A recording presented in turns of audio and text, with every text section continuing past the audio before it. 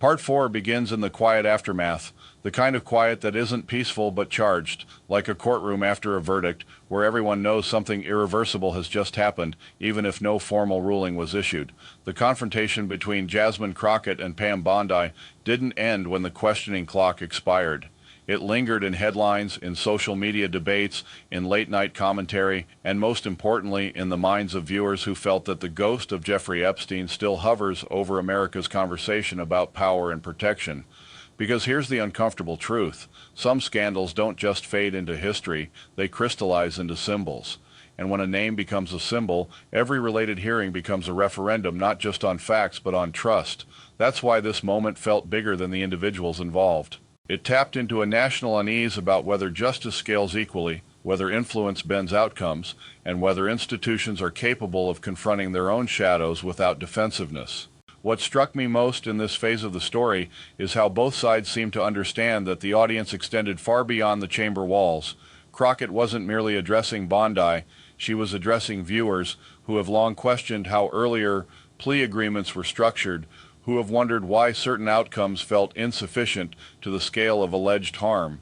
Her tone carried an undercurrent of generational impatience, a sense that old explanations no longer satisfy modern expectations of transparency. Bondi, in contrast, appeared to anchor herself in the idea that retrospective outrage can distort context, that decisions made within the legal framework of their time cannot be reinterpreted solely through today's lens, and that philosophical divide, present-day morality versus past procedural reality, is one of the most volatile fault lines in contemporary oversight.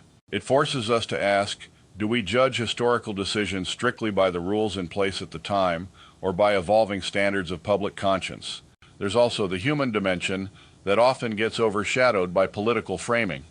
Survivors, referenced so pointedly during the exchange, represent lived experiences that don't conform neatly to legal summaries. Their presence in that hearing wasn't symbolic for them, it was personal. When Crockett emphasized acknowledgement, she wasn't rewriting statutes, she was spotlighting the emotional deficit that can exist even when legal boxes are checked. And this is where institutional responses sometimes falter, not because they lack legal grounding, but because they underestimate the power of visible empathy. Bondi's responses, measured and technical, may have been legally precise, but precision can feel cold in moments that demand warmth. Yet warmth without precision can feel reckless. This is the balancing act public officials face. Express humanity without undermining due process. Defend record without dismissing pain. It's not an easy equilibrium, and the difficulty of achieving it was on full display. As the clip circulated, reactions polarized quickly. Supporters of Crockett framed the exchange as long overdue accountability, praising her refusal to soften her questions. Supporters of Bondi framed it as political grandstanding, arguing that the hearing risked oversimplifying complex legal realities. But here's what often gets lost in polarized reactions. Both intensity and restraint have roles in democracy. Intensity forces attention, restraint protects structure. The question is whether they can coexist constructively. In this case, they collided rather than converged, and perhaps that collision is necessary. Democracies don't evolve through comfort, they evolve through friction. The discomfort viewers felt, whether leaning toward outrage or defensiveness, signals engagement. A disengaged public would have ignored the exchange entirely. Instead, it sparked dialogue, which is itself a form of civic vitality. Let's also examine the broader implications for institutional credibility. When high-profile controversies resurface, they test not only individuals, but the frameworks that allowed decisions to be made. If oversight mechanisms appear insufficient in hindsight, trust erodes.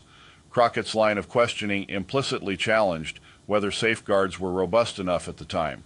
Bondi's defense implicitly asserted that authority was exercised within legal boundaries. That's the paradox. Legality does not automatically equal legitimacy in the court of public opinion. Legitimacy is earned through transparency, through acknowledgement of limitations, and sometimes through candid admission that systems can improve.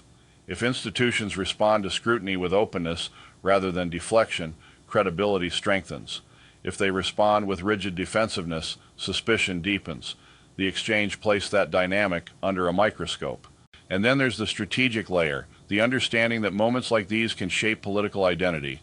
Crockett positioned herself as an advocate unwilling to let the emotional dimension be sidelined. Bondi positioned herself as a defender of procedural continuity. Each role appeals to different constituencies, but beyond strategy lies responsibility. When referencing cases tied to trauma, leaders carry the weight of ensuring discourse remains focused on accountability rather than spectacle. In this hearing, while tension ran high, the discussion remained centered on oversight and acknowledgement rather than descending into inflammatory rhetoric. That distinction matters. It keeps the conversation within the bounds of democratic scrutiny rather than sensationalism. It shows that even heated exchanges can remain anchored in institutional context. So as we close this chapter of the narrative, here's my perspective. Moments like this are not about settling old scores. They're about clarifying present standards. If acknowledgement becomes embedded as a norm, if survivors' presence is consistently recognized without needing to be demanded, then the system evolves. If procedural defense becomes more transparent and less opaque, trust rebuilds. The real takeaway isn't who spoke louder or who appeared calmer. It's whether the exchange nudges institutions toward a higher equilibrium of empathy and rigor. And that's where you come in. Do you believe public officials should prioritize emotional acknowledgement even when defending past actions? Or should procedural fidelity remain the ultimate benchmark? Your voice matters in shaping that cultural expectation, because democracy isn't defined solely by laws on paper. It's defined by how courageously we confront uncomfortable history while still protecting the integrity of the rulebook.